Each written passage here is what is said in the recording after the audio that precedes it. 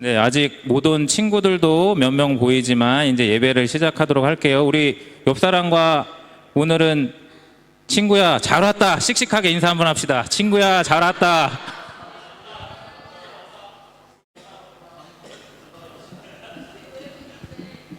네, 우리 이제 사도신경으로 신앙 고백하면서 예배 시작하도록 할게요. 큰 소리로 우리 사도신경 같이 합시다. 나는 전능하신 아버지 하나님 천지의 창조주를 믿습니다. 나는 그의 유일하신 아들 우리 주 예수 그리스도를 믿습니다.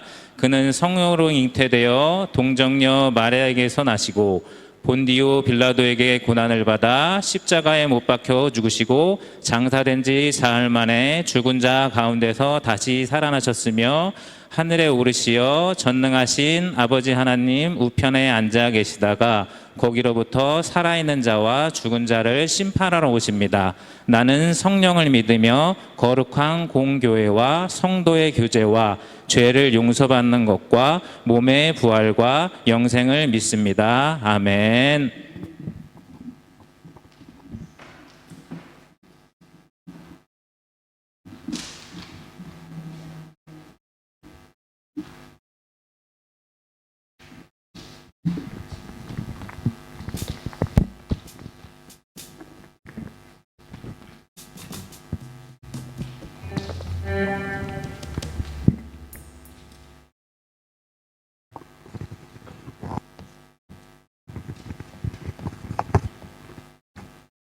오늘도 중고등부 예배 오신 여러분을 환영하고 축복합니다. 제가 지금 상태가 안 좋아서 목소리는 잘 안 나오지만 우리 찬양은 마음으로 드리는 거니까 우리 모두 일어나서 진심으로 찬양을 드리겠습니다.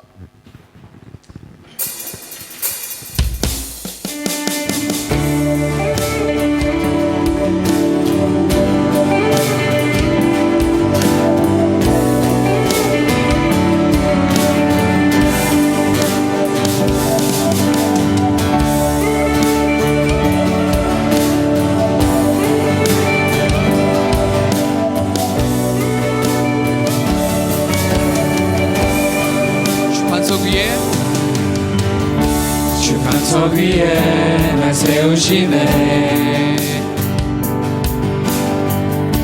모래같이 부서진 나를 주 사랑으로 날 안으시네. 고와 같이 헤매던 나를 꿈꾸지 못한 눈으로 모든 제한을 넘어 능력으로 초대하시네. 주의 사랑으로 나 걸어가리라. 이전보다 더욱 나 찬양하리라. 주의 사랑 나를 새롭게 하시네.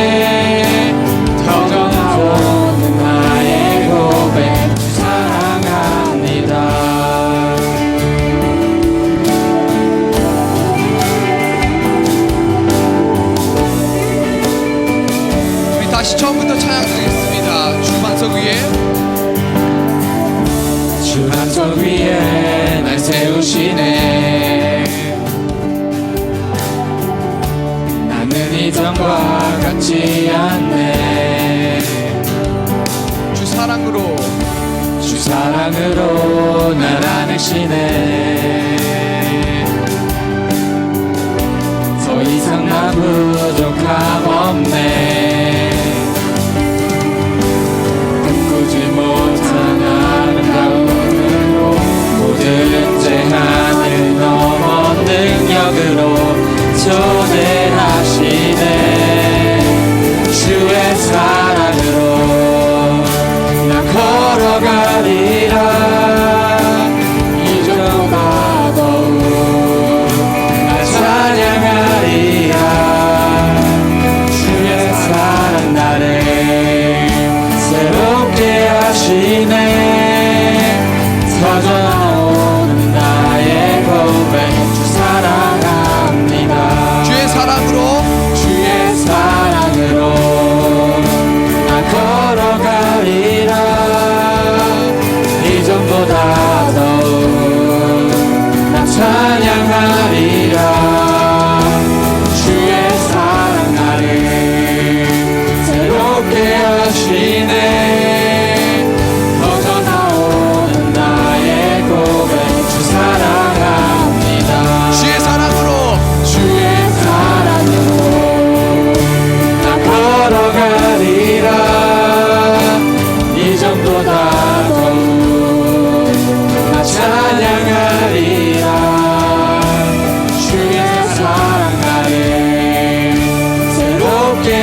하시네 터져나오는 나의 고백 마지막으로 찬양합시다. 주의 사랑으로 주의 사랑으로 난 걸어가리라 이전보다 더욱 난 찬양하리라 주의 사랑 나를 새롭게 하시네 터져나오는 나의 고백 사랑합니다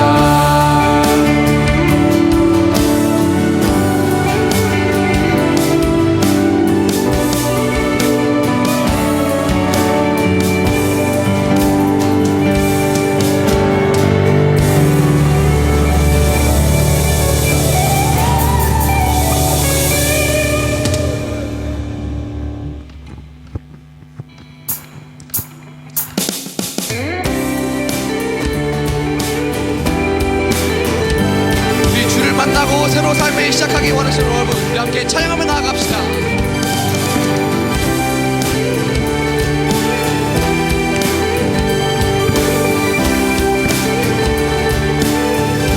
우리 주를 만나고 우리 주를 만나고 새로운 삶을 시작했네 모든 것을 알 수 있을 거라고 자신감으로 가득 설레는 마음만으로 넘어지고 일어나 기도해 오랜 시간 서서히 차오르는 믿음은 그 걸음을 재촉하지 않고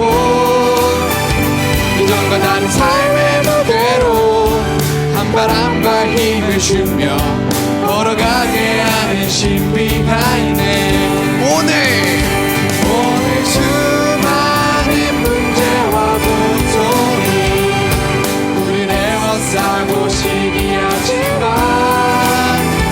주를 향한 노래는 멈출 수 없어 할렐루야 소리쳐요 우리 주를 만나고 새로운 삶을 시작했네 모든 것을 알 수 있을 거라고 자신감으로 가득 설레는 마음만으로 넘어지고 일어나 기도해 오랜 시간 서서히 차오르는 믿음은 그 걸음을 재촉하지 않고 정말 다른 삶의 무게로 한 발 한 발 힘을 주며 걸어가게 하는 신비가 있네 주님을 의지합시다. 오늘 수많은 문제와 고통이 우리를 애워싸고 시기하지만 주를 향한 노래는 멈출 수 없어 할렐루야 소리쳐요 여기 수 없는 여길 수 없는 유혹과 시험이 우리 넘어뜨려 비웃었지만 주가 주시는 은혜는 멈추지 않아 할렐루야 노래해요 그가 오시는 그가 오시는 날까지 그가 부르시는 날까지 끝나지 않는 무거움 질문을 지고 끝나는 모든 것들에 의심이 사라질 때면 우리의 모든 시간이 아름답게 그가 오시는 날까지 그가 부르시는 날까지 끝나지 않는 무거운 질문을 지고 끝나는 모든 것들에 의심이 사라질 때면 끝나지 않는 사랑의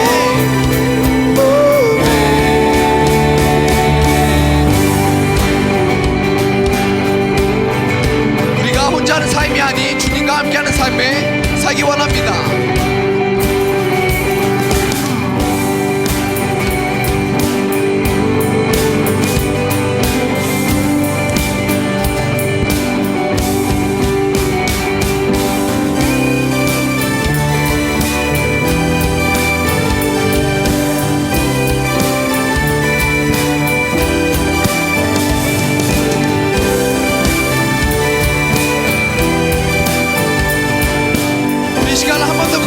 나아갑시다. 여기 수많은 문제와 고통이 우리를 애워싸고 시기하지만 주를 향한 노래는 멈출 수 없어. 할렐루야 소리쳐요.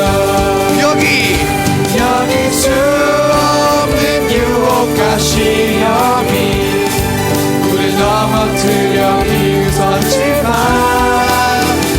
주가 주신 은혜는 멈추지 않아. 할렐루야. 우리 마지막으로 찬양합시다. 여기 수 없는 유혹과 시험이 우리 넘어뜨려 비웃었지만 주가 주신 은혜는 멈추지 않아. 할렐루야 노래해요.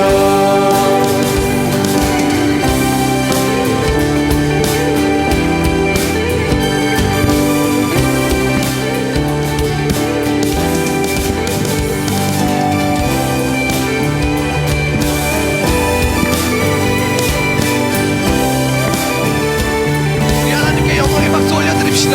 아멘.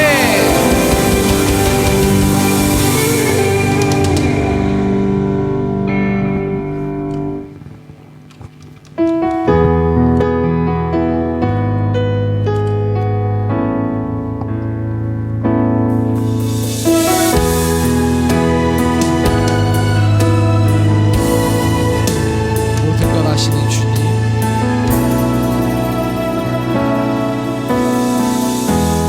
모든 것 아시는 주님, 나의 마음 연약함 보시고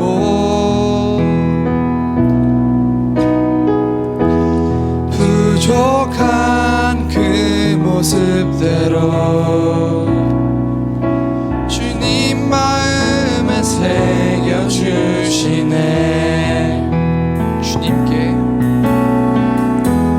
주님께 토로한 마음 하나하나 헤아려 주시니 그 마음 그 아픔들을 주님 손으로 품어주시네. 거친 길을 걸어갈 때도 험한 산이 앞을 막아도 빛 대신 주님의 두 손이 나를 붙드네. 주의 마음이 닿은 내 삶에 정인 슬픔을 씻으시네. 주님을 찬양 주 이름을 찬양하네.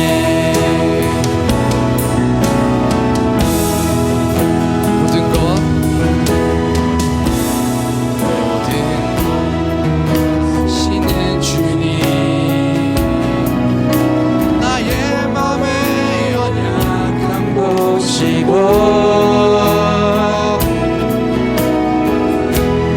부족한 그 모습대로 주님 마음에 새겨주시네.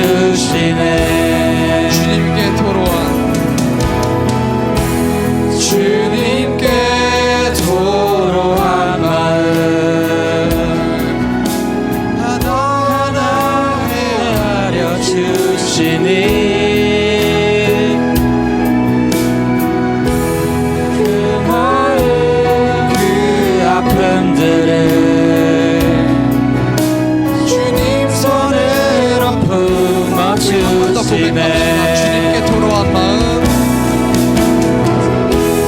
주님께 토로한 마음, 하나하나 헤아려 주시니 그 마음 그 아픔들을 주님 손으로 품어주시네.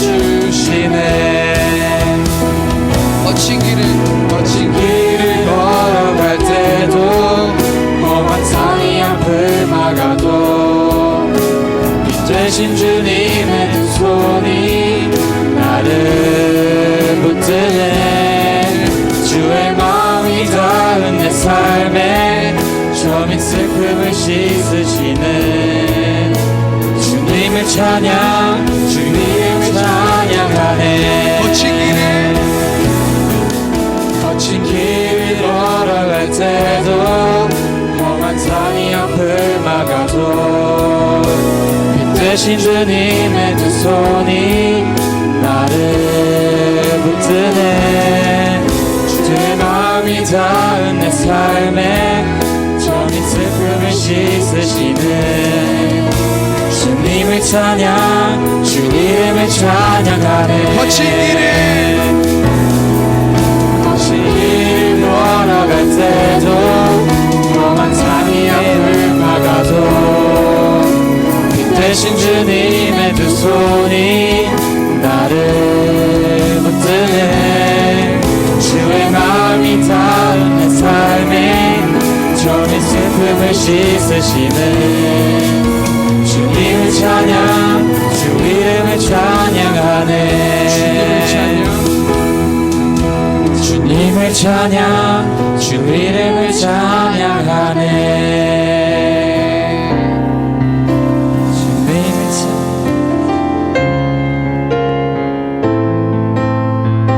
이 시간 예배를 사모하는 마음으로 우리 함께 우리의 예배는 찬양 드리겠습니다. 여기 모인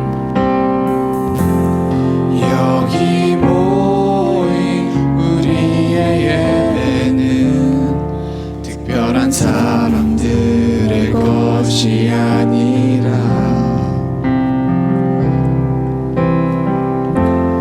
어린 양 보혈로 한 가족 되어 감사의 노래 드리는 예배.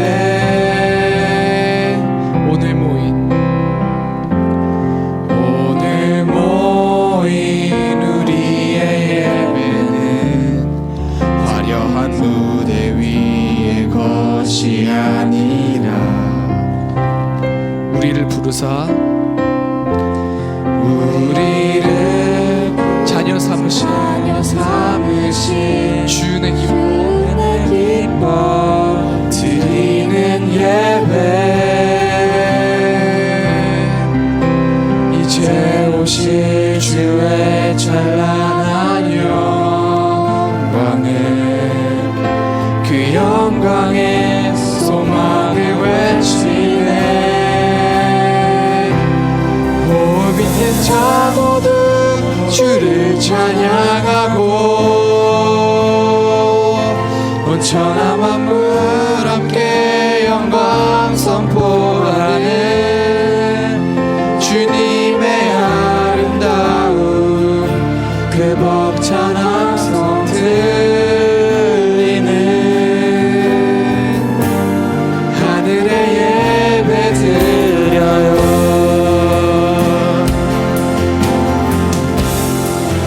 여기 모인 우리의 예배는 특별한 사람들의 것이 아니라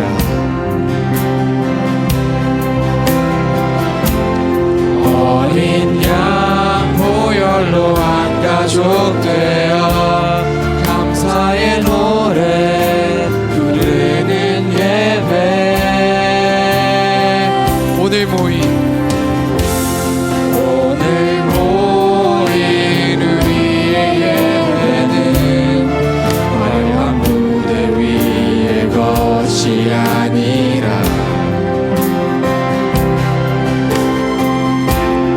우리를 부르사 자녀 삼으신 주의 기뻐 드리는 예배. 이제 오실 주의 찬란한 영광을 그 영광의 소망을 외치네. 호흡 있는 자 모두 주를 찬양하고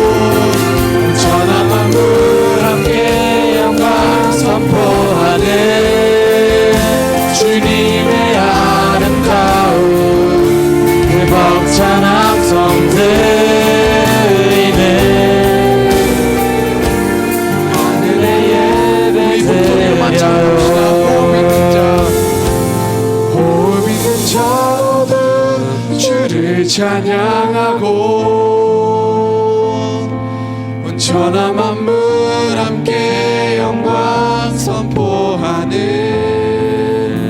주님의 아름다운 그 벅찬 함성 들리는 하늘의 예배. 한 번 더 찬양할까요? 호흡 있는 자, 호흡 있는 자 모두 주를 찬양하고 온 천하 만물 함께 영광 선포하는 주님의 아름다움 그 벅찬 함성 들리는 하늘의 예배 드려요. 대표 기도자 나와서 우리를 위해 기도해 주시겠습니다.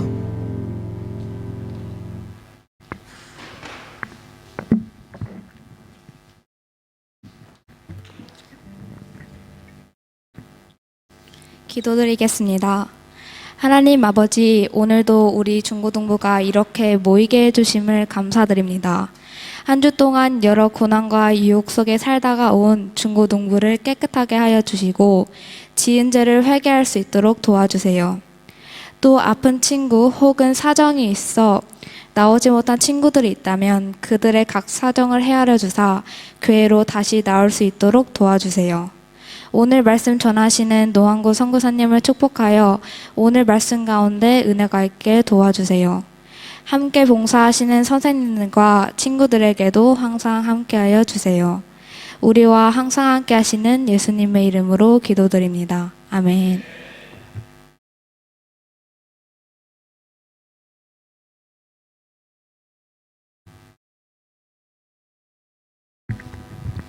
우리 함께 봉헌 찬양 드리시겠습니다.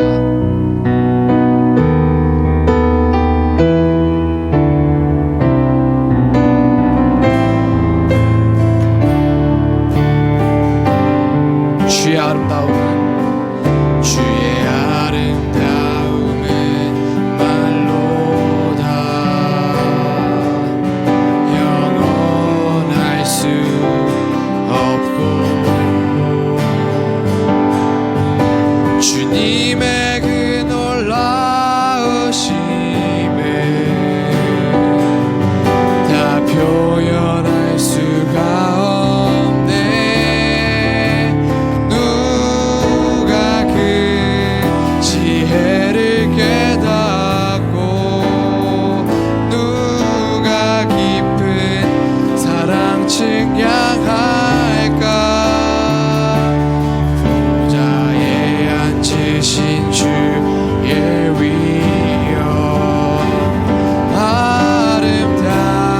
아름다우신 주님. 내가 주를 경외함으로 주님 앞에 홀로 섭니다. 찬양 받으시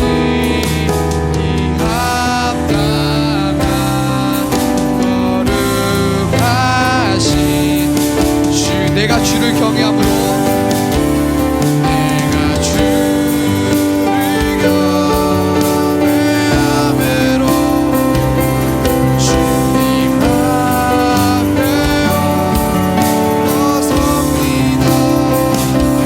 찬양 받으시니 합당한 거룩하신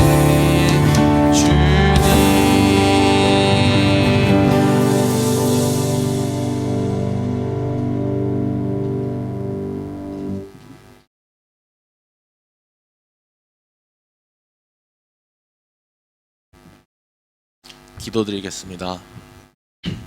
하나님 아버지, 여기 우리가 모은 헌금이 있습니다. 주님이 이 세상과 우리를 창조하셨으니 마땅히 모든 것이 주님 것입니다.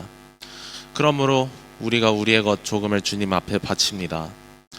주님 뜻대로 이 헌금이 사용되길 원합니다.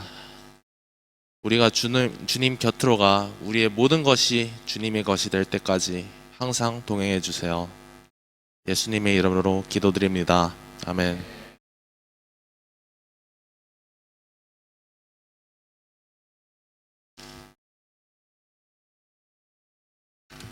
오늘 말씀은 누가복음 24장 1절에서 12절 말씀입니다. 계명을 따라 안식일을 쉬더라. 안식 후 첫날 새벽에 이 여자들이 그 준비한 향품을 가지고 무덤에 가서 돌이 무덤에서 굴려 옮겨진 것을 보고 들어가니 주 예수의 시체가 보이지 아니하더라.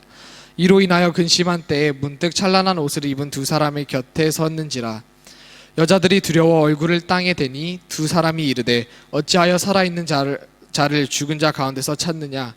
여기 계시지 않고 살아셨느니라.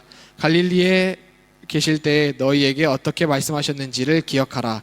이르시기를 인자가 죄인의 손에 넘겨져 십자가에 못 박히고 제3일에 다시 살아나야 하리라 하셨느니라 한데 그들이 예수의 말씀을 기억하고 무덤에서 돌아가 이 모든 것을 11사도와 다른 모든 이에게 알리니 이 여자들은 막달라 마리아와 요한나와 야고보의 모친 마리아 또 그들과 함께한 다른 여자들도 이것을 사도들에게 알리니라. 사도들은 그들의 말이 허탄한 듯이 들려 믿지 아니하나 베드로는 일어나 무덤에 달려가서 구부려 들여다 보니 세마포만 보이는지라. 그된 이를 놀랍게 여기며 집으로 돌아가니라. 아멘.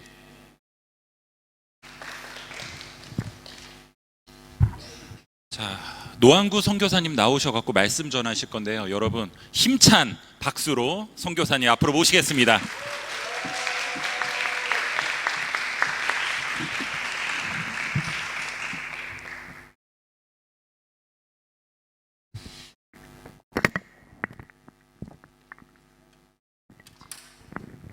고마워요. 박수 쳐줘서. 여러분 반갑습니다. 여러분 별로 안 반갑죠? 예, 저는 여러분 되게 반갑고 여기 오면서 되게 뭉클했어요. 찬양팀도 너무 잘하고 와 깜짝 놀랐네. 선교사님 와 음반대도 되겠어요. 정말로. 선교사님이 아는 작곡가가 있는데 얘기해가지고 그 곡 주면 여러분 음반 내세요 여기서. 네. 여러분 목사님, 선교사님이 여러분 되게 애틋하게 생각해요. 그래서 고민했어요. 여기 오면서 어떻게 이 애틋한 마음을 어떻게 표현할까. 그래서 제일 좋은 게 여러분 맛있는 거 사주는 거죠. 그래서 오늘 이후에 있을 것 같더라고요. 그래서 다음 주에 여러분 뭐 좋아해요? 한국은 치킨 피자 좋아하는데 여기는 뭐 좋아하는지 모르겠네. 아무튼 맛있는 거 먹어요. 알았죠? 네. 다음 주에 간식해요. 선교사님이 오면서 어떤 고민했냐면 저도 여러분만 할 때 정말 갈등이 많았어요. 고민이 정말 많았어요. 왜냐하면 예수님이 실제로 존재하나예요. 예수님이 실제로 존재하나? 그리고 우리 가운데 함께 하시나? 하늘나라는 저기 먼 하늘에 계신다 그러는데 우리의 삶에 직접적인 영향을 끼치나? 나는 못 느끼겠는데 이거예요. 제 고민은. 성경에 기록되어 있고 늘 말씀하기 때문에 그래 예수님 있는 것 같아라고 하지만 실질적으로 구체적으로 믿어지지 않아요. 그리고 그 믿는다는 것이 무엇을 믿어야 되는지도 잘 모르겠어요. 그래서 이런 이야기들 여러분과 함께 하고 싶어요. 다소 도전적이기도 하고 논란의 요지도 좀 있지만 우리 이 시간에는 오늘 담임 목사님 오늘 설교하실 때 생각해 보는 거 너무 중요하다라고 했고 너무 공감이 많이 갔어요. 우리 생각해 보는 거예요. 그리고 이 생각이라는 것이 조금 넘어서서 하나님이 누구지? 어떻게 보면 의심? 이렇게 가도 괜찮아요. 왜 괜찮은 줄 아세요? 실제로 존재하니까, 실제로 진리이니까 그래요. 그러한 고민은요 좋은 고민이라고 저는 생각해요. 왜냐하면 진리를 찾을 수 있는 고민이기 때문이에요. 제가 한 달 됐나요? 한 달 됐을 때 우리 아들 둘이 인도네시아 왔어요. 왜냐하면 제가 한 10개월 전에 인도네시아 선교사로 오면서 두 아들을 내놓고 왔어요. 한국에다가 너네들은 각자 잘 살고 우리는 각자 잘 살겠다. 잘 살자 하고 이제 10개월 있다가 고3이었고 고1이었어요. 그래서 방학 때는 와라. 그래가지고 방학 때 온 거예요. 그래서 함께 보냈는데 너무 좋더라고. 그런데 이제 공항에서 이렇게 헤어질 때 우리 큰아들 이제 대학생이잖아요. 고3 이제 대학생인데 그 저보다 키 더 크거든요. 닭똥 같은 눈물을 흘리면서 이렇게 끝까지 쳐다보더라고. 아빠 엄마 가는데. 근데 그 아들에게 제가 하루 전날 한 얘기가 있어요. 오늘 여러분에게 하는 이야기예요. 왜냐하면 그 아들 한국에 있지만 목사 아들로 자랐고 선교사 아들이지만 신앙은 별개예요. 저하고 별개예요. 아무 신앙이 유전되지 않아요. 이 자리에도 그럴 수 있어요. 목사님 자녀일 수도 있고, 저 몰라요, 여러분들. 예. 장로님 뭐 이렇게 믿음의 가정의 자녀일 수 있지만 신앙은 별개예요, 별개. 네. 그래서 우리 아들에게 이제 좀 의미심장하잖아요. 하루 전날 밤. 예. 이제 헤어지면 그들이 그냥 사는 거예요. 아마 걔 망나니처럼 산다 그래도 제가 어떻게 할 수가 없어요. 그 아들에게 제가 의미심장한 이야기를 하는 거죠. 너가 꼭 한 가지만은 놓지 않고 살았으면 좋겠다. 그것은 예수님이 실제로 존재하고 그것에 대한 의심하지 말라는 거예요. 그러면서 한 가지 제가 질문했어요. 너 혹시 아빠하고 엄마가 친아빠이고 친엄마인지 혹시 의심 안 해봤어? 이 얘기 했어요. 근데 뭐라 대답한 줄 아세요? 의심해봤대. 의심해봤대. 아빠인지 엄마인지 친아빠인지. 제가 그렇게 혼낸 적이 별로 없거든요. 근데 우리 큰아들이 뭐라 그랬냐면 엄마가 상처받으면 안 되는데 아빠는 의심을 안 해봤대. 아빠 닮아서 그랬을 수도 있어. 닮아서 엄마는 의심해봤대. 한 번. 왜 그래? 너무 혼낼 때? 근데 지금은 의심하지 않는다는 거죠. 여러분 혹시 의심 안 해봤어요? 우리 부모님이 친부모님인지 아닌지 안 해봤어? 진짜로? 에이, 그런 생각 하잖아. 안 해봤어요, 여러분들은? 오늘은 그 이야기를 좀 하고 싶어요. 그래서 이제 PPT를 한번 보여줄래요? 좀 어려운 말인데 여러분들이 수준이 있다는 얘기를 제가 들었어요. 아주 수준이 있고 설교에 깊은 이야기를 해도 이게 소화할 수 있고 충분히 그런 수준이 된다는 얘기를 들어가지고 조금 어려운 말일 수 있는데요. 저런 말들은 여러분들이 그 책들을 읽으면 자꾸 등장하는 용어들이에요. 그래도 좀 익숙해지는 것도 좋겠다 싶은 생각이 들어요. 예수님의 실존, 제가 풀어서 쓰려고 그랬는데 너무 길어져 버려요. 예수님께서 역사적으로 실제로 존재하시는 분이다라는 것들이 실존이라는 뜻이에요. 예수님의 실존과 부활이라는 제목으로 여러분들 함께 얘기 나누고 싶어요. 이것은 긴밀하게 연관되어 있는 것이 뭐냐면 믿음이에요. 믿음. 여러분 믿음이 뭐예요? 믿음. 여러분 이제 계속 생각해 보는 거예요. 제가 여러분에게 질문을 던진 이유는 실제로 답을 얻기 위함도 있을 수 있지만 생각해 보자는 거예요. 믿음. 제가 한번 넘겨줄래요? 자, 믿음에 관하여 성경은 믿음에 관하여 기록을 하고 있어요. 로마서 10장 17절.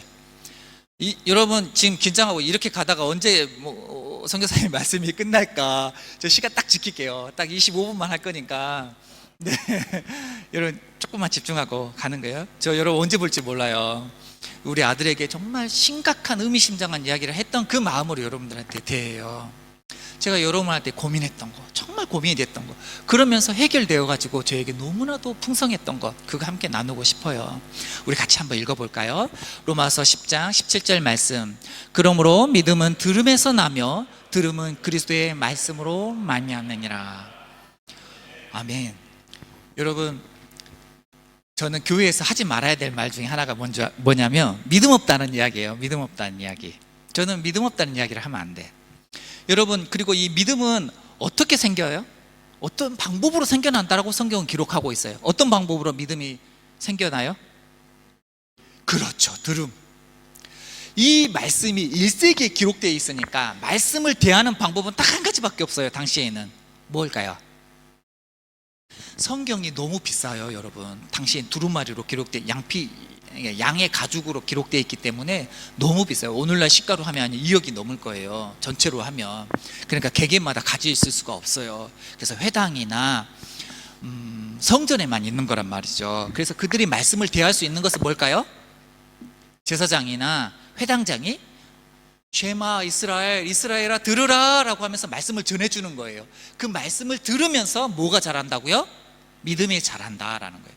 오늘날 우리는 성경을 가지고 있죠. 이 성경이 대중화되어지는 것은 1440년 구텐베르크에서 금속활자가 저 이러면 또 저는 좀 개인적으로 열받아요. 왜냐하면 구텐베르크가 최초의 금속활자가 아니죠. 왜? 직지신경이 있죠. 우리나라가 훨씬 더 먼저예요. 예, 어쨌든 역사가는 구텐베르크라고 얘기하니까. 구텐베르크 1440년 약 한 50년이 지나면서 이 개인마다 이렇게 성경책을 가질 수가 있었어요. 왜냐? 금속활자로 막 찍어내니까. 그 전까지는 하나님의 말씀을 대하는 건 뭐였어요? 대부분 듣는 것이었어요. 듣는 것. 들으면서 믿음이 자라나는 거예요. 하나님의 말씀을. 그럼 오늘날로 해석하면 어떻게 될까요? 믿음은 하나님의 말씀을 읽으면서, 믿음은 하나님의 말씀을 설교하면서, 설교를 들으면서, 그리고 믿음은 하나님의 말씀을 공부하면서 자라가는 거예요. 그래서 우리 아들에게 하나님의 말씀을 가까이 하고 예배를 늘 소중히 여기고 하나님의 말씀을 잘 배우라라고 제가 얘기를 했어요. 왜요? 다른 길이 없어요. 믿음이 자라나는 것. 그래서 믿음을 잃어버린 친구들이 가장 두드러진 특징이 뭡니까? 세 가지예요. 예배에 참석하지 않고, 하나님의 말씀 읽지 않고, 하나님의 말씀을 공부하지 않는 것. 여러분 이러면요 다 믿음을 잃어버려요. 그 반대로 믿음이 자라나는 것은 하나님의 예배 가운데 하나님의 말씀을 잘 듣고 하나님의 말씀을 읽고 공부하는 것이 믿음이 자라가는 방법이에요. 자, 그러면 이 믿음이라는 것은 무엇에 대한 믿음입니까? 믿음이 영어로 뭐죠? 예, believe죠. believe, 믿다라는 게 뭐야? 믿다라는 거. 무엇을 믿는 겁니까? 여러분, 기독교에서 믿음이라는 것은 무엇을 믿는 거죠? 그렇죠. 예수님을 믿는 거예요. 자, 그러면 그리고 예수 그리스도를 믿으면 우리는 어떻게 된다라고 얘기하죠? 구원받고 하나님의 백성이 된다라고 말하죠. 근데 저는 이렇게 주장하고 싶어요. 여러분들에게 전 세계에서 예수님을 안 믿는 사람은 한 사람도 없다라고 저는 생각해요. 기본적으로. 왜? 예수님 안 믿는 사람이 있나?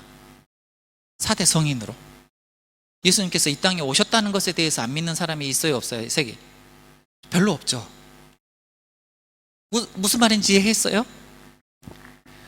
여러분, 예수님을 믿는다는 건 두 가지예요. 넘겨줄래요? 믿음의 핵심은 예수 그리스도고요. 예수님을 믿는다는 것은 두 가지를 믿는 거예요. 첫 번째는 예수 그리스도의 인성, 인간되심, 인간된 성질을 인성이거든요. 예수 그리스도가 인간의 모습으로 오시는 것. 그 다음에 예수 그리스도의 신성, 예수 그리스도가 하나님이신 것. 여러분, 기독교 2단은요 이 두 가지로 나눠요. 네. 2단 그러면 이 두 가지에서 나눠요. 하나는 예수님의 인성을 인정하지 않은 것. 고대 헬라파가 계속 등장했던 2단들이에요. 왜냐하면 인성은 죄악된 거다. 그런데 예수님께서 거룩하신 분이 어떻게 인성을 가지고 있냐? 예수님은 인성은 인간의 몸은 가지고 있지 않고 영적인 존재야. 2단이죠. 그것은 예수 그리스도의 바른 믿음이 아니에요. 두 번째는 예수님의 신성이에요. 대표적인 게 어디죠? 유대교가 그렇고요. 예수 그리스도가, 그 다음에 여러분 또 아는데 여호와의 증인. 여호와의 증인은 예수 그리스도가 하나님의 아들이지만 하나님이 아니라고 얘기를 해요. 이 두 가지는 아주 중요해요. 왜? 믿음의 실체가 무엇인지를 알려주는 것이기 때문이에요. 예수님은 하나님이 인간의 모습으로 오셨어요. 이 땅 가운데. 그리고 이 두 가지는 구원과도 아주 밀접한 관련이 있어요. 예수 그리스도가 인간으로 오셔야지 우리의 대속죄 제물을 감당할 수, 좀 이따 설명을 할게요. 그리고 예수님께서 하나님이셔야지 부활하실 수, 우리가 좀 전에 보았던 이 부활은 하나님이시기 때문에 부활을 하는 거예요. 지금 좀 좀 이따 좀 설명을 할게요. 그래서 여러분, 우리가 예수님을 믿는다는 것은 어떤 것을 믿느냐? 여러분, 세상은 이 인성은 믿잖아요. 그죠? 이 땅에 그냥, 그래서 크리스마스 때 예수님이 태어난 날이라고 세상 사람들은 생각하지. 그렇지만 세상 사람들은 무엇을 믿지 않죠? 예수 그리스도가 신성, 예수 그리스도가 부활하셔서 우리의 죄를 사하시는 분이라는 것에 대해서는 믿지는 않잖아요. 그러니까 그들에게는 무엇이 없는 거예요? 구원이 없는 거예요. 넘겨줄래요? 우리가 함께 본 이 누가복음은요, 저는 성경을 알면 알수록 성경이 되게 인격적이에요. 인격적이라는 말은 뭐 어떤 말이냐면 일방적이지 않아요.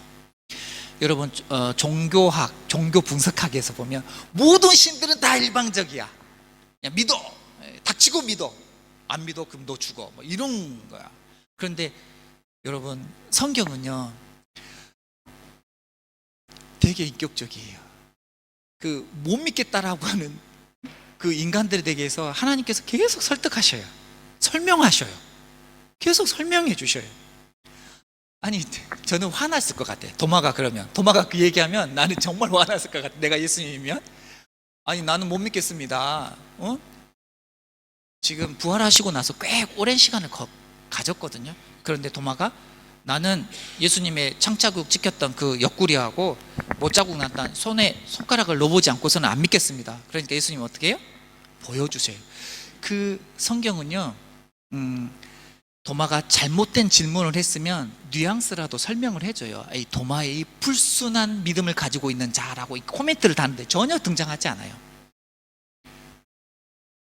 오늘 본문도 마찬가지인데, 그래서 여러분, 이 누가복음은 하나하나 우리에게 역사적으로, 사실적으로 예수 그리스도가 인간의 모습을 가지고 이 땅에 나셨고, 그리고 실제로 하나님이시다는 것들을 역사책처럼 기록을 해요. 왜냐하면 누가가 사복음서가 뭔지 아세요?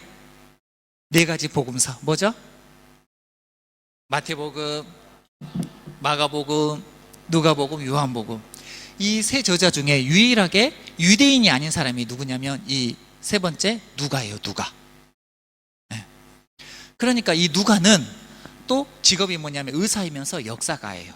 그래서 누가복음의 특징이 뭐냐면 의도적으로 이것이 이방인들에게, 예수님을 믿지 않는 자들에게 예수 그리스도를 믿게 하기 위해서 마치 역사책처럼 써요. 그래서 누가복음의 특징은 뭐냐면 시간이 많이 등장해. 시간. 그 다음에 뭐 우리나라 그렇게 쓰거든요. 어떤 중요한 사건이 있으면 세종 몇 년에 뭐 이렇게, 누가복음이 그렇게 기록을 하고 있어. 왜? 사실이니까. 그 다음에 지명을 꼬박꼬박 기록해. 마태와 마가도 물론 기록하지만, 요한도 기록하지만 더 구체적으로 기록해요. 뭐니까? 역사적인 사실이니까. 한 장 더 넘겨줄래요? 아는 사람 있을까? 왼쪽은 요세푸스예요. 대역사가예요. 대역사가. 그 다음에 오른쪽은 뭡니까? 읽을 수 있겠어요? 우와, 예. 우리나라 고려를 건국한 사람은 누구예요? 고려. 고구려. 주몽. 와우. 신라. 과거까지. 우리가 그거 믿어요, 안 믿어요? 믿어요, 안 믿어요? 안 믿습니까? 물론 저기 아래에서 깨어났다는 것을 우리가 믿지 않지. 예, 그렇지만 그것은 그 왕이 최초로 건국한 것을 과장 조금 더 덧입혀서 하기 위해서 해놨다는 것. 그리고 그것을 믿지 않는 역사가는 한 사람도 없죠. 그것은 역사에 기록된 기록이기 때문에 그것을 다 믿는단 말이에요. 그죠? 요세푸스도 유대사를 기록을 했어요. 거기에 등장하는 예수가 등장해요. 역사적으로. 그러니까 실존 인물이라는 거예요. 예수 그리스도는 뭐라고 기록하냐면 예수 그리스도는 지혜로운 자였다라고 기록이 있어요. 누가복음 이렇게 기록하고 있어요. 그러니까 예수님을 믿지 않는 이방인들에게 예수님을 잘 믿게 하기 위해서 마치 역사책처럼 이렇게 기록했단 말이에요. 팩트를. 그 팩트 중에 하나가 뭐냐면 오늘 본문이에요. 자, 안식 후 첫날 새벽에 이 여자들이 준비한 향품을 가지고 무도무에 가서, 왜 향품을 가지고 가냐면 시체가 이제 놓여 있을 때 향품을 바르지 않으면 그 썩은 시체 썩는 냄새가 진동하기 때문에 향품을 바르는 거예요. 돌 무덤에서 굴려 옮긴 것을 보고 들어가니 예수의 시체가 보이지 아니하니라. 3절에 뭐가 보이지 않아요? 누가는 뭐라고 기록하고 있어요? 예수님의 시체가 보이지 않다. 제가 우리 누가복음 1장 한번 봐볼게요. 누가복음 우리 한번 찾아봐요. 누가복음 1장.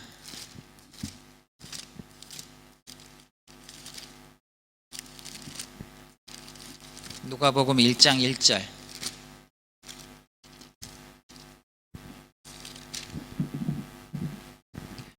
자, 우리 중에 이루어진 사실에 대하여, 이게 무슨 말입니까? 우리 중에 이루어진 사실에 대하여 누가복음이 기록하고 있다라는 거예요. 예. 물론 여러분 하나님의 역사를 다 이 역사적 기록으로 우리가 다 믿는 건 아니지만 이것이 사실이라는 거예요. 그리고 그것을 우리가 받아들일 수 있게 이방인들에게 누가는 이런 표현으로 믿음이 생기도록 보여주는 거예요. 그리고 예수님께서 이 땅에 오신 것도 사실이고 부활한 것도 사실이다라고 그것도 설명을 하고 있는 거예요. 실제로 일어난 일을 기록한다는 거예요. 3절에 뭡니까? 그의 시체가 보이지 아니하더라. 왜요? 부활하셨기 때문이죠. 그리고 6절에는 천사가 이 말을 직접 해줘요. 여기에 계시지 않고 살아나셨다. 예수님은 부활하셨어요. 여러분, 예수님께서 부활하신 것이 우리에게 어떤 영향을 미칠까요? 여러분, 이것도 너무나잖아요. 부활절 때 설명해서 더 좋았겠다 싶은 생각이 드는데, 부활이 우리에게 어떤 의미가 있죠? 여러분, 우리의 사망 권세를 완전히 깨트리는 거예요. 승리하는 거예요. 그래서 로마서의 그 사도 바울은 어떻게 표현하냐면 첫 아담, 예수님을 둘째 아담이라고 얘기하거든요. 첫 아담은 사망을 가져왔고 둘째 아담은 생명을 가져왔다라고 기록을 하고 있어요. 예수님의 부활로 말미암아 우리가 완벽한 생명을 얻게 되어지는 거예요.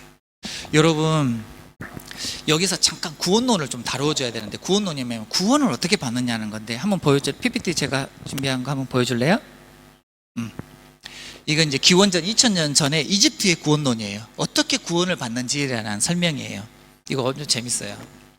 그런데 놀랍게도요, 우리 기독교 말고는 모든 구원론이 이것과 똑같아요.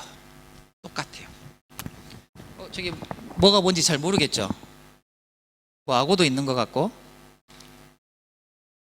화질이 너무 좋아가지고 너무 좋은데요. 여러분, 여기 보면 아누비스라는 신이 있어요. 중간에 있는 거예요. 중간에 제일 가운데 뭐 이렇게 잡고 있죠. 뭐 머리는 개처럼 보이나요? 까만, 이게 아누비스라는 신이에요. 죽음과 부활을 다루는 신이에요. 이것이 지옥 갈 사람, 천국 갈 사람을 결정하는 신이에요. 자, 그런데 사람이 죽으면은 저울에 달아봐요. 저울에 달아봐. 뭘 달아요? 그 사람이 착하게 살았나? 못되게 살았냐? 죄를 많이 지었나? 라는 것들 저울에 달아보는 거예요. 지금 여러분이 보는 쪽에서 왼쪽에 저게 뭔지 아세요? 이 저울이 보이죠? 까맣게 돼가지고 T자로 돼 있죠? 저게 저울이에요. 왼쪽에는 뭡니까? 심장이야, 심장. 그러니까 그 사람이 그 사람 전체를 상징하는 거예요. 이집트에는 심장이 그 사람의 핵심이라고 생각하고, 그 심장을 다는 것은 그 사람이 얼마나 죄를 많이 지었냐라는 거예요. 그리고 오른쪽엔 추를 달아가지고 재는 거죠. 그런데 저 추보다 더 죄가 많으면 어때요? 이 사람은 옆에 안무트라는 짐승이 있어요. 안무트, 오른쪽에, 제일 오른쪽에. 머리는 뭡니까? 머리는 악어, 상반신은 사자, 하반신은 하마. 이게 가장 무서운 괴물, 이게 안무트를 상징을 하고 있어요. 그러니까 저 추보다 죄를 더 많이 지으면 안무트가 확 저 심장을 먹어버려서 영원히 지옥에, 영원히 다시는 나올 수 없어. 자, 그런데 그 추가 중요하겠죠. 오른쪽에 추가 무거우면은 조금 죄를 지어도 팽팽한 균형감을 이룰 수 있잖아요. 근데 추가 너무나 가벼우면은 조금만 죄를 지어도 내려가니까 바로 안무트가 먹어버리겠죠. 그 오른쪽에 저게 뭘까? 저 추가 되어지는, 기준이 되어지는 저거 깃털입니다. 깃털. 여러분, 깃털보다 죄가 가벼워야지만 고대 이집트에서는 구원을 받을 수가 있어요. 사실 모든 종교가 다 이래요. 여러분, 무슬림도 마찬가지고요, 불교도 마찬가지고요, 힌두교도 마찬가지고요.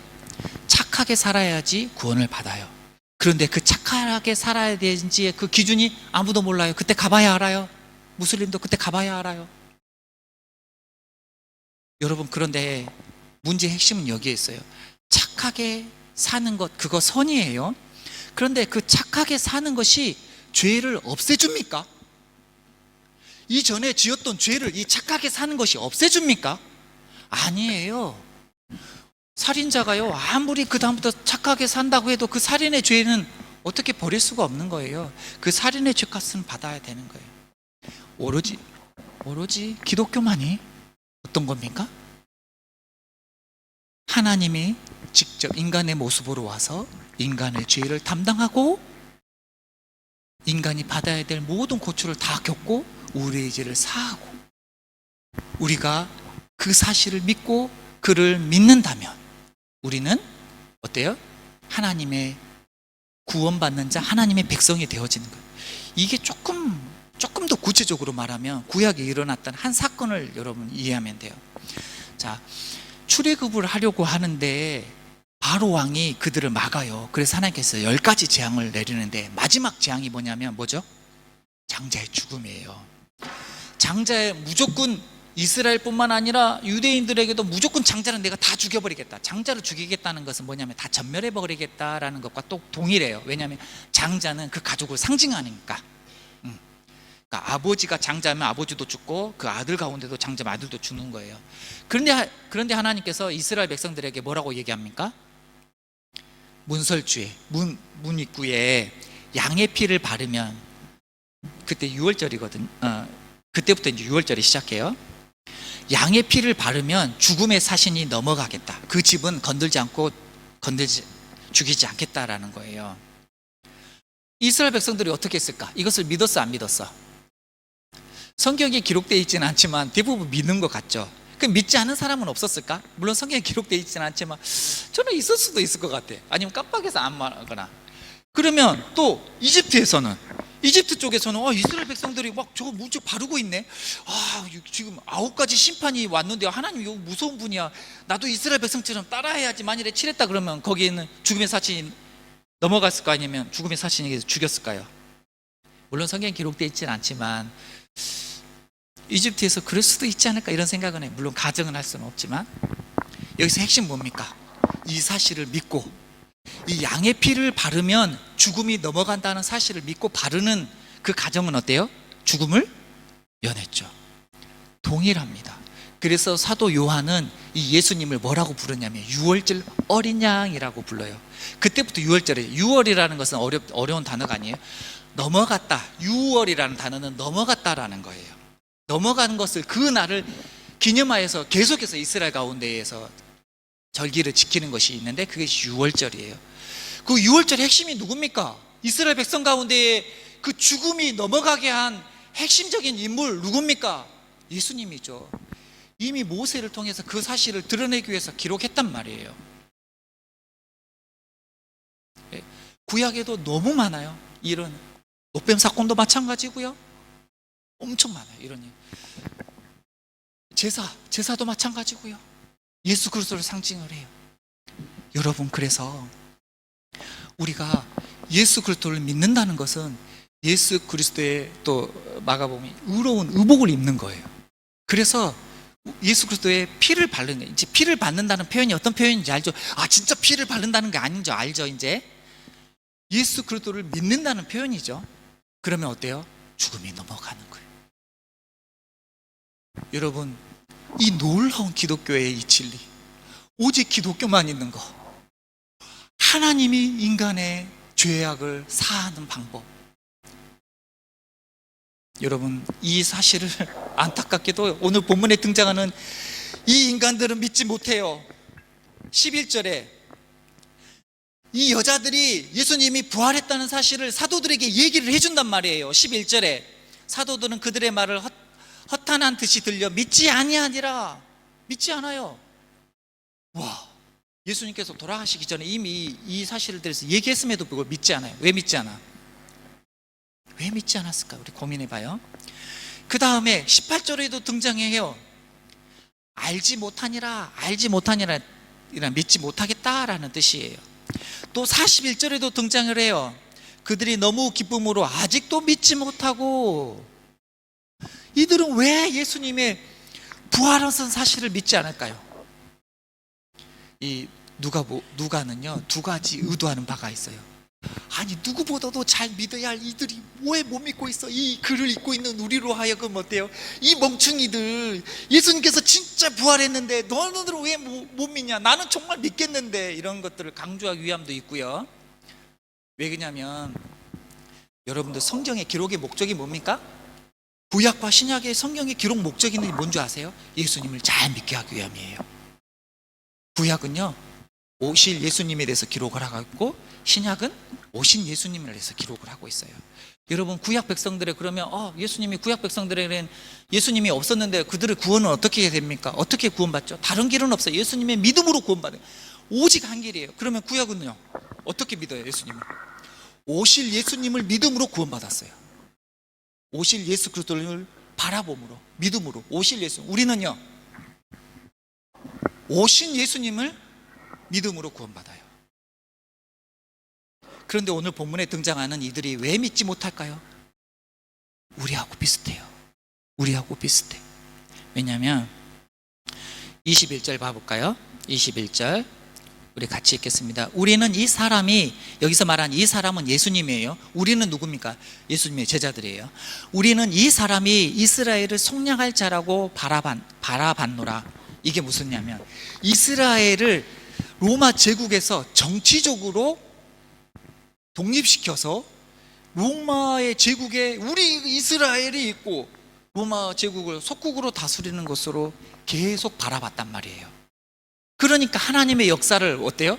있음에도 불구하고 그것이 보이지 않는 거예요. 무엇 때문에? 나의 생각과 나의 욕심과 하나님에 반하는 생각들이 가득했기 때문에. 여러분, 우리 이럴 수 있어요. 하나님의, 여러분, 제가 이것도 설명하고 싶어요. 구구절절 이 하나님의 놀라운 시편 22편에는요 단순히 그냥 예수님께서 우리의 죄를 대신 감당했다 이렇게 기록하지 않는단 말이에요. 아주 처절하게 감당한단 말이에요. 아주 처절하게 예수님께서 우리의 죄를 감당하기 위해서 저주를 받았다. 하나님으로부터 분리되어졌다. 그러니까 예수님께서 뭐라고 하나님께 얘기합니까? 하나님 왜 나를 버리십니까? 라고 해요. 고백을 한단 말이죠. 왜요? 실제로 버렸기 때문이에요. 그러면서 예수님이 뭐라고 시편 22편에 얘기한 줄 아세요? 되게 유치한 표현이에요. 이 유치한 표현이라는 것은 역설이 있어요. 뭐냐면 하나님, 이스라엘 백성들이 하나님께 기도하면 이스라엘 백성들의 기도는 다 들어주셨는데 왜 나의 기도는 들어주지 않으십니까? 이렇게 처절하게 기도한단 말이에요. 나 하나님과 분리되고 싶지 않습니다. 나 십자가 지고 싶지 않습니다. 이러고 너무 예수님의 가장 이 어려움은 뭐냐면, 고통은 뭐냐면 십자가를 지는 그 고통도 엄청난 고통이지만 인류가 태어나기 전부터 성부, 성자, 성령 하나님은 하나님이셨어요.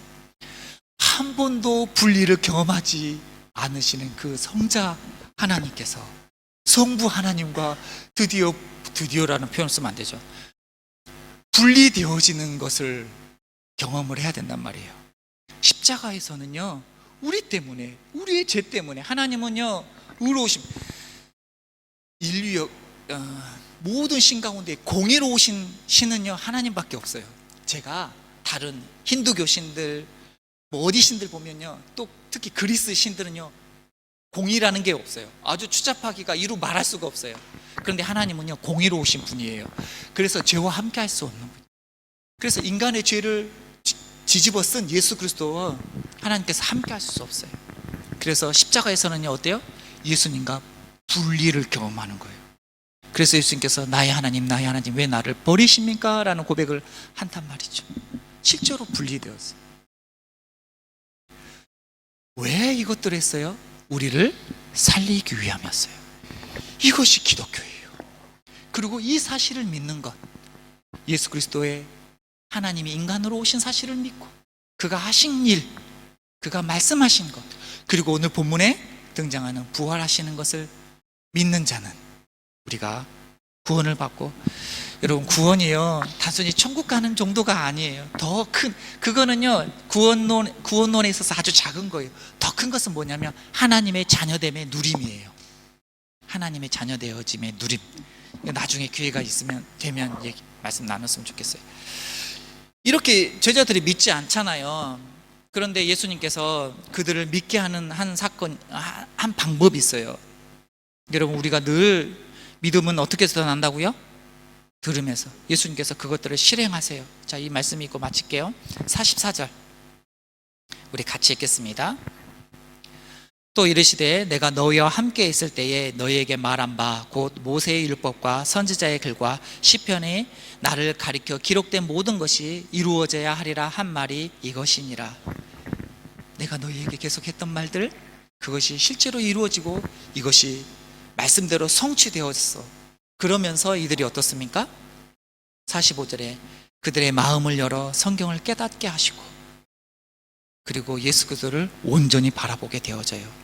그들이 생각했던 대로 예수를 바라보는 것이 아니라, 그들이 과거 그냥 유대 지역을 정치적으로 구원할 메시아로 바라보는 것이 아니라, 우리는 또 어떻게 보냐면요, 예수님을 도깨비 방망이로 본단 말이에요. 많은 성도들이요 예수님을요 도깨비 방망이로, 나의 소원 성취에, 여러분 도깨비 모르나요? 저는 도깨비가 옛날에 책으로도 많이 보고, 다 소원 성취해 주는 분으로. 여러분, 그걸 뛰어넘어요. 우리가 바라는 성취보다 더 귀하고 복된 것을 준비하시는 분이 하나님이에요. 딱 한 가지만 다룰게요. 그런데 왜 때로는 우리가 하나님의 자녀인데 그러면 왜 우리에게 고난이 있죠? 이 문제는 꼭 한 가지 좀 다루어져야 돼. 우리 딸이 질문하기도 했어. 내 친구가 얘기했는데 예수님 잘 믿고 신앙생활 잘하는데 그런데 왜 나한테 이렇게 심각한 어려움이 있어? 하나님 정말 살아계신 거야? 살아계시면 왜 이런 어려움을 줘? 이런 질문. 여러분 그런 질문 많이 하죠. 이런 질문 앞에 뭐라고 대답할까요? 저 여기 와가지고 너무 감동받았어요. 우리 성결교단의 심벌이에요. 가시밭의 백합화. 물론 그거 쉽게 설명할 수 없어요. 저도 알아요.